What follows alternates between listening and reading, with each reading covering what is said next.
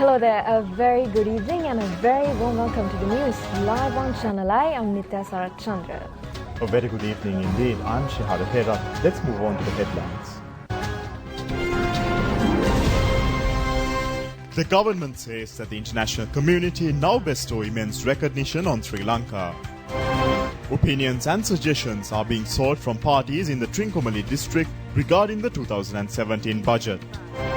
The co-presidency of the JHU has been conferred on 2 persons. Minister Mano Ganeshan reiterates that the good governance will leave no room for racism. Drinking water is being provided continuously to the drought-affected people in Polonnaruwa. 5 persons have been killed in a shootout in a shopping complex in the United States. Now in your top story this evening, Minister Mahinda Samarasinghe says that there is immense recognition among the international community at present regarding Sri Lanka. Addressing a media briefing held on the sidelines of the United National General Assembly session, the minister further said that the program of President Maithripala Sirisena has contributed to such a situation. Minister Mahinda Samarasinghe said that he has attended every session of the United Nations since the year 2006. He added that he accompanied former President Mahinda Rajapaksa as well. The minister added that he has realized the change of opinion regarding the country then and now. The minister also said that it is very clear that the present president is receiving more recognition than accorded for previous leaders. He recalled the days when they were compelled to persuade state leaders for a meeting. Today the situation has entirely changed. It is because of the honor bestowed upon the policies of the present president. The minister added that all Sri Lankans should be proud of this achievement, disregarding political differences. රාජ්‍ය නායකයන් විදේශ ඇමතිවරු පවා හම්බ වෙන්න අපිට ඒ අයව හොයාගෙන යන්න සිද්ධ වුණා. The Minister of Finance, Ravi Karunanayake, says that people could place expectations on every budget presented by the present government. The minister made these remarks at the occasion of obtaining opinions and suggestions of numerous groups in the Trincomalee district on the budget for 2017. The event has taken place at the Trincomalee District Secretariat. Business communities, small industrialists, fisheries and farmers representatives have presented their opinions. Minister Karunanayake has expressed his opinion regarding the manner in which lands in the Trincomalee district were handed over to the private sector during the previous regime.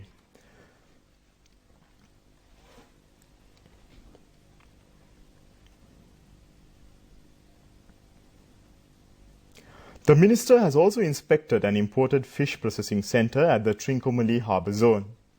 Thereafter, the minister venerated the Seruwila Rajamaha Viharaya and sought the blessings of the chief incumbent of the Viharaya, Venerable Dr. Munhene Mettarama Thera. The Minister of Finance, Ravi Karunanayake, said that people of the Trincomalee district can have hopes in the budget. The budget of the present government are not restricted to mere words. He said that they have accepted an extremely difficult economy.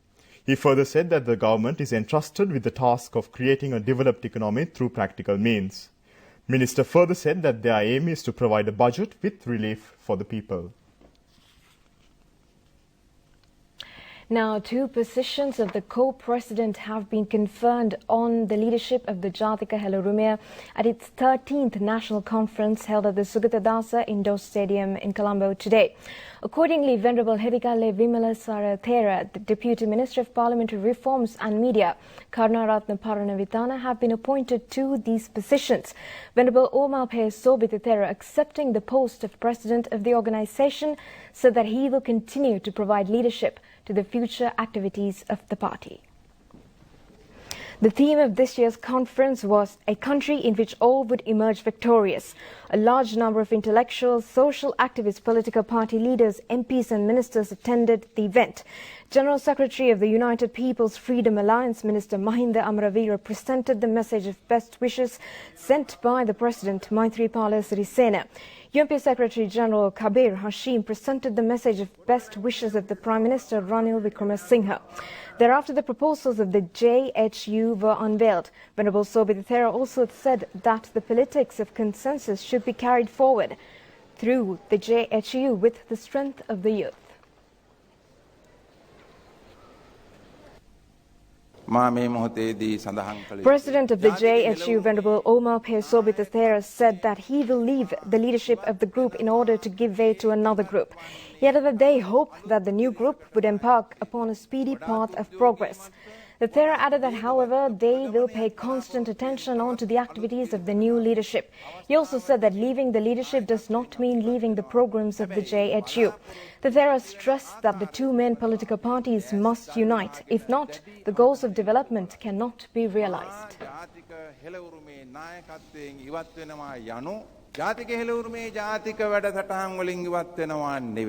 අවශ්‍ය සෑම මොහොතකම කැපවීමෙන් ඒ සඳහා කටයුතු කරනවා වර්තමාන තත්ත්වයේ තුල අපි අත්දකින ප්‍රාතිහාර්යාත්මක සමාජ පරිසරයක් මේ උදා වෙලා තියෙනවා මේ රටේ ප්‍රධාන පක්ෂ දෙකේ මේ බලවේග දෙක එකතු විය යුතුයි එසේ නොවුනොත් මේ රටට සාධාරණ සංවර්ධනයක් ඉටු වෙන්නේ නැහැ කියලා. අපි අද මේ දකින්නේ ඒ ආශ්චර්යයේ නෙවෙයිද ස්වාමීන් වහන්සේ? එසේනම් අප කළ යුත්තේ කුමක්ද? මේ සකස් වුණු පරිසරය වඩා සාර්ථකව ජාතියේ සංවර්ධනය නැමැති ගොඩනැගිල්ල ඉදිකිරීම. රටට හිත ඇති නායකකාරකාදී හැම දෙනාගේම යුතුයකම මේ සකස් වුණු පරිසරය තුල සංවර්ධනයේ ගොඩනැගිල්ල ඉදිකිරීම.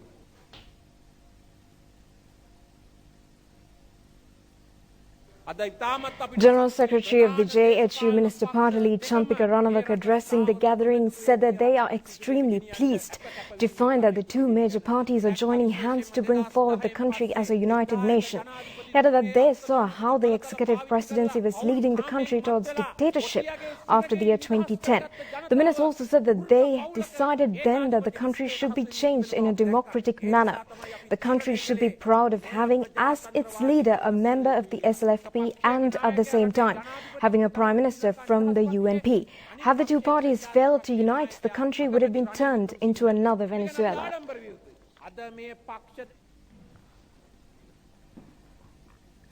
Now, drought measures have been taken to provide a continuous drinking water supply to the people in the areas affected by a drought in the Polonnaruwa district.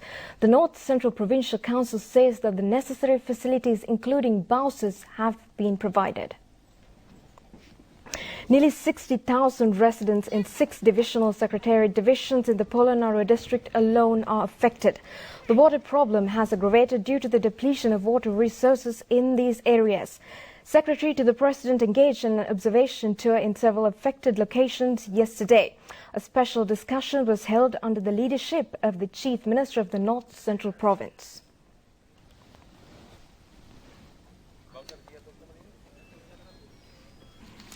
The office of the President mediated handing over of 4 water bowsers at the occasion. Our correspondent reports that water is being provided to the people without interruption. Chief Minister of the North Central Province assured the affected people yesterday that steps are being taken without delay to restore certain water projects which are not presently being implemented. The Department of Meteorology informed the national television that inter-monsoon rains are expected by the middle of next month. Director General of the Department of Meteorology Lalit Chandrapala said that the southwestern monsoon prevails upon Sri Lanka from May to the end of September. He added that, however, many parts of the island have received only 40 to 60% of the rainfall of this year's monsoon. He further said that as a result, a water shortage has occurred in the east and northeastern areas. Sri Lanka ranks 79th out of 188 countries in a new health-related Sustainable Development Goals Index. A global study on a range of health-related Sustainable Development Goals indicators released recently has ranked Sri Lanka 79th among 188 countries. The first global analysis assesses countries on Sustainable Development Goal health performance was launched at a special event at the United Nations General Assembly. Sri Lanka, which has eliminated malaria, has scored 100 points on that health indicator, as well as killed birth attendance and absence of war. Among the South Asian countries, Bhutan ranked 114th, India 143rd, Pakistan 149th, and Bangladesh 151st. Iceland, Singapore and Sweden fared the best in the health-related SDG index. Now, Minister Mano Ganeshan says that the atmosphere of good governance created by the present government has paved the way to carry forward all political activities in any part of the country. The minister reiterates that good governance will not leave any room to raise extremism or racism in the country. The minister made these remarks participating in a community mobile program held in Colombo today. Minister Mano Ganeshan said that a major political movement has been launched in Jaffna under the name Ilangai Tamil. This program is being carried out under the leadership of Chief Minister of the Northern Province Vigneshwaran. It has also been reported that TNA parliamentarians are participating in this event. However, the leader told that he is not attending these meetings. Minister Ganeshan pointed out that it was not possible to engage in such activities several years ago. He also said that the opportunity has now been created to pave way for such a conducive atmosphere due to the establishment of good governance with the unity of all parties concerned. He has recalled how extremism, separatism and racism had prevailed in the island at a certain period. However, all these evils have now been eliminated. The minister further said that Sri Lanka's first citizen told the UN General Assembly recently that Sri Lanka will take necessary measures to prevent the recurrence of another war. The present government will find solutions to the root causes for communalism and extremism. Georgia and Sri Lanka conduct talks on a wide range of issues. The Georgian and Sri Lankan foreign ministers have highlighted bilateral relations at a meeting held on the sidelines of the 71st session of the United Nations General Assembly. Georgian Foreign Minister Mihail Janadlidze and Sri Lankan Foreign Minister Mangala Samaravira has focused attention on a wide range of issues common to both countries. The Georgian minister has informed his Sri Lankan counterpart on the implemented and current reforms in Georgia and also Georgia's transit role and opportunities as a regional hub in terms of doing business. Minister Mangala Samaravira has expressed readiness to cooperate in the spheres of trade, tourism, culture and people-to-people relations. The two ministers have signed the agreement on visa-free travel for the holders of diplomatic and service passports.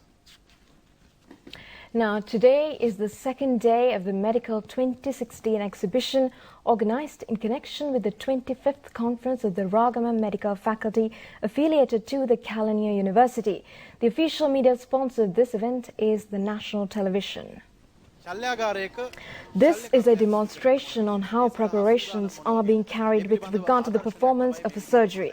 The exhibition is conducted once every 5 years. The exhibition is being held for the 4th occasion. The theme is medical knowledge and comfortable living. There are 17 stalls at this exhibition. A special feature at this event is to educate public on numerous accidents rather than provide knowledge on organs and systems of the body. Special attention is being focused on non-infectious diseases, road accidents, domestic accidents and poisoning due to serpent bites. The Media and Propaganda Committee of the Ragama Medical Faculty is conducting discussion programs to enlighten the visitors parallel to the exhibition. Tickets valued at 50 rupees are available for school children. The exhibition will be conducted till the 29th of this month.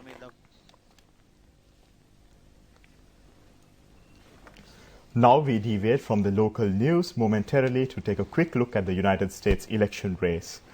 American voters say they are eagerly anticipating the first U.S. presidential debate between Donald Trump and Hillary Clinton, expected to draw record TV viewers.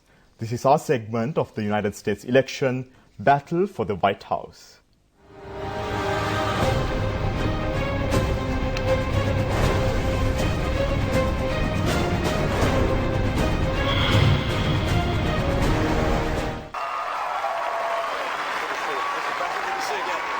Democrat Hillary Clinton, suddenly vulnerable in the presidential race, is under pressure to deliver a strong performance against Republican Donald Trump in their first debate on Monday, a moment that could be the most consequential yet of the 2016 election. Political veterans involved in preparing for past presidential debates said Clinton should drive home how she would run the country during uncertain times and draw a contrast as the steady, experienced alternative to the untested Trump. Meanwhile, US Senator Ted Cruz endorses bitter rival Donald Trump, saying the Republican nominee is the only candidate who can stop Democrat Hillary Clinton from winning the White House. I get along great with him. I mean, he's been backing me all along. He's been really the one person that's backed me with virtually everything. And we have a very good relationship. And I was very happy to see that he backed off the statement that he made, in the closed doors. I respect him for it. I have a lot of respect for him. He's a good guy.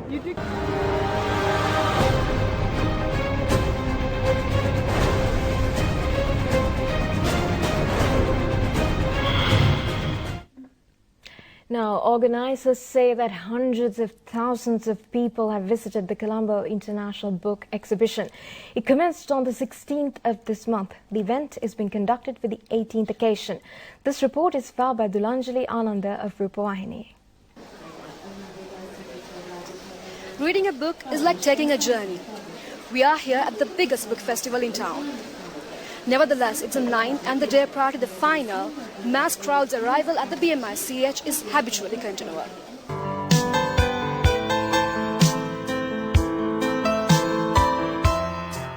A large crowd was present at the exhibition today in comparison to other days as it's the weekend.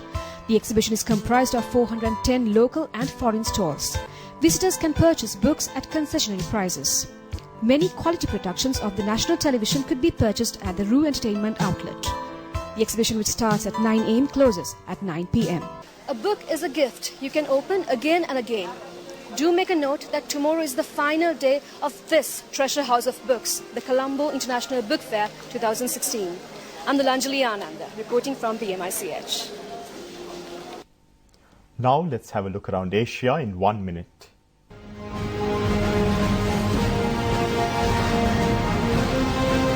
India's permanent representative to the United Nations, Said Akbaruddin, claimed yesterday that Pakistan did not get any support on the issues raised by it at the ongoing General Assembly.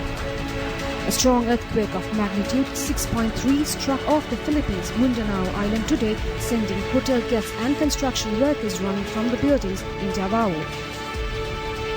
9 people, including 3 women and 3 children, died and 14 others injured when a truck rams into a lorry head-on in Ujjain city of India's central Madhya Pradesh state.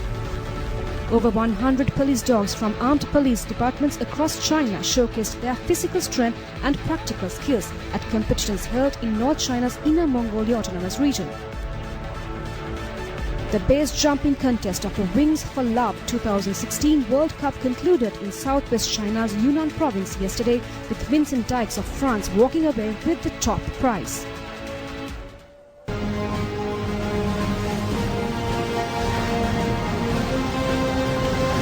Work on the railway line from Mathura to Khattargama has been expedited. The longest train tunnel in the country will be constructed on this track. Engineers say construction is now in the final stage. Under the first stage of the project, the track has been extended to Beliatta from Mathura. The distance of this section of the railway line is 36 kilometers. A sum of more than $270 million has been spent in this connection. Sri Lanka's present longest railway line is the Hatton-Singimale Tunnel. The tunnel to be constructed in Nakutiagama near the Kekenadura railway station will be 615 meters long. Engineers say that the circular section spanning 9 meters has been strengthened with 96 concrete cubes. The Chinese company is in charge of the construction with assistance of local engineers. The battle on solar power being carried out by the Sri Lanka Sustainable Energy Authority has been introduced to the Sri Lanka Rupavahini Corporation as well. The main objective of this project is to minimize the electricity bill by using more solar-powered energy. The program incorporates electricity consumers as electricity producers. The aim of this program is to set up minor solar power generating units on the roofs of houses of the consumers. It is hoped to turn 1 million electricity consumers into electricity producers. The payments are also scheduled to be made with regard to the surplus power being added to the national grid. It has also been anticipated to produce 200 megawatts of power through solar energy by the year 2020. The output is to be increased to 1,000 megawatts by the year 2025. The Sri Lanka Rupavahini Corporation also intends to minimize its electricity bill through the solar power project. The corporation will also engage in measures to provide media sponsorship to popularize the program among consumers.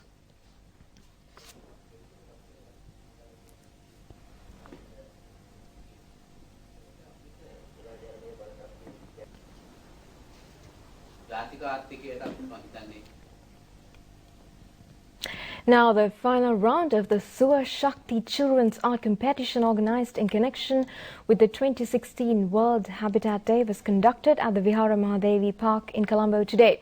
The competition is being conducted under 3 age categories from 6 to 18 years. The President will preside over this year's World Habitat Day national ceremony at the Sugaladevi Model Village in Dimbulagala, Polonnaruwa on the 3rd of next month. The Suva Shakti annual art competition has been organized by the National Housing Development Authority. More than 3,000 children from urban communities representing all districts of the island are participating in this year's event. Former First Lady Madam Hema Premadasa and the Chairman of the Urban Development Authority Dr. J.C. Gunasekara were among those who attended the occasion.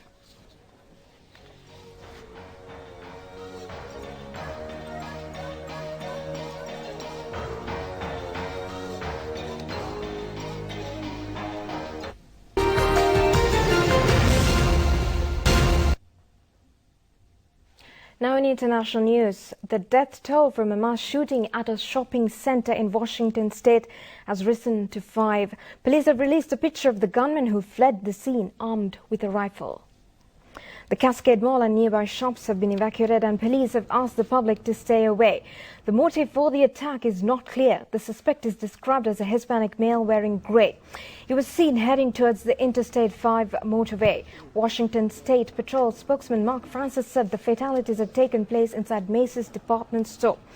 Today, SGT Francis confirmed the death of a 5th victim, a man. The other 4 were women. Francis said the gunman had left the scene before police arrived and was last seen walking towards a motorway. Emergency management officials have told residents to stay inside with their doors locked and to avoid the area near the Cascade Mall. Drivers are being urged to keep nearby major roads clear. The FBI, which is assisting in the investigation, says there is no evidence that further attacks are planned in the Washington state. Burlington is about 65 miles north of Seattle. Now let's have a look around foreign news in brief.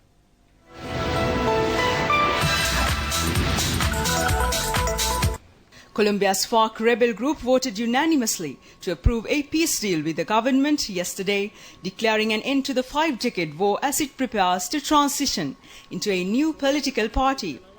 After 4 years of negotiations in Havana, the government and the Revolutionary Armed Forces of Colombia reached a final peace accord last month that will end a decade-long war that has left 250,000 people dead. A 48-hour strike by the Panhellenic Seamen's Union, which started, has halted major ferry routes between Greek islands and the mainland. Although ferry lines made advance notice and offered refunds, several tourist plans were affected. The government was pressured by creditors to cut spending and to reduce salaries and pensions in the public sector as a result of the third bailout deal with the International Monetary Fund, European Commission and the European Central Bank. British fighter jets took off from an airbase in Cyprus, ready to provide air support to Iraqi troops in the battle to retake Mosul from Islamic State. Iraq's second largest city fell to the militants group in 2014. Britain's Air Force said they would be the eyes and the ears of the Iraqi security forces as Iraqi troops carried out their offensive. The 12th International London Tattoo Convention has got underway at Tobacco Dock in London yesterday. The 3-day body art festival features more than 400 of the world's top tattoo artists. The weekend event has grown in popularity over the past decade, and organizers are expecting crowds of over 20,000 people. Technology company Google has made a foray into feature films with the crowd-contributed film India in a Day. Produced by British filmmaker Ridley Scott and Indian independent director Anurag Kashyap, the production invited people living in India to talk about their daily lives on October 10, 2015. India in a Day, which was premiered in India, will first have a cinematic release in India before being available worldwide on YouTube.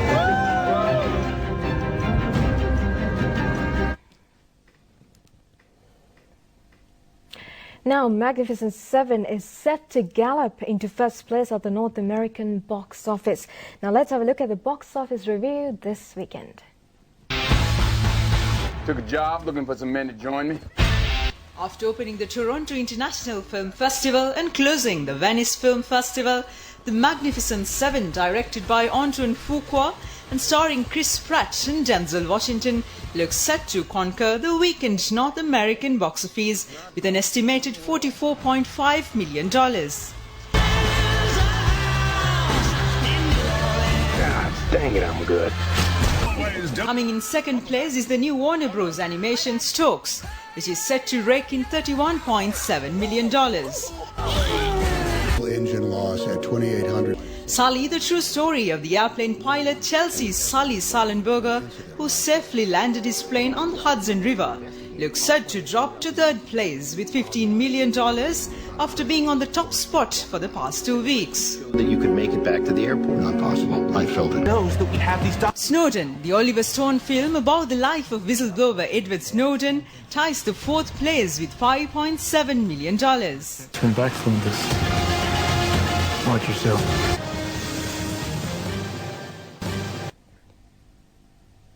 Now in sports news, the Sri Lanka rugby team has become eligible to enter the semi-finals of the seven-nation Asian rugby tournament today by beating Singapore and Malaysian teams. Sri Lanka is competing under the B group in the tournament being conducted in South Korea. Sri Lanka beat Singapore by 27-5. Thereafter, it was able to defeat the Malaysian team 41-5. Sri Lanka lost to China 21-26 in a closely contested encounter. Sri Lanka will encounter South Korea in tomorrow's match.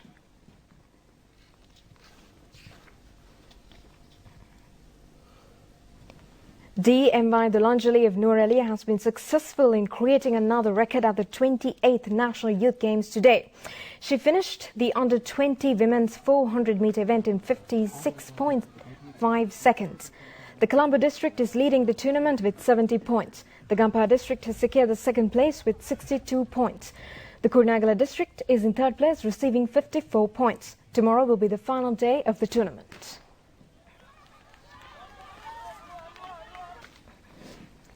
Now, moving on to the weather update. The Met Department says mainly fair weather will continue over most part of the country. However, light showers may occur at a few places in Sabaragamuwa, Central Provinces and the Galle district. Here is a weather forecast for the next 36 hours.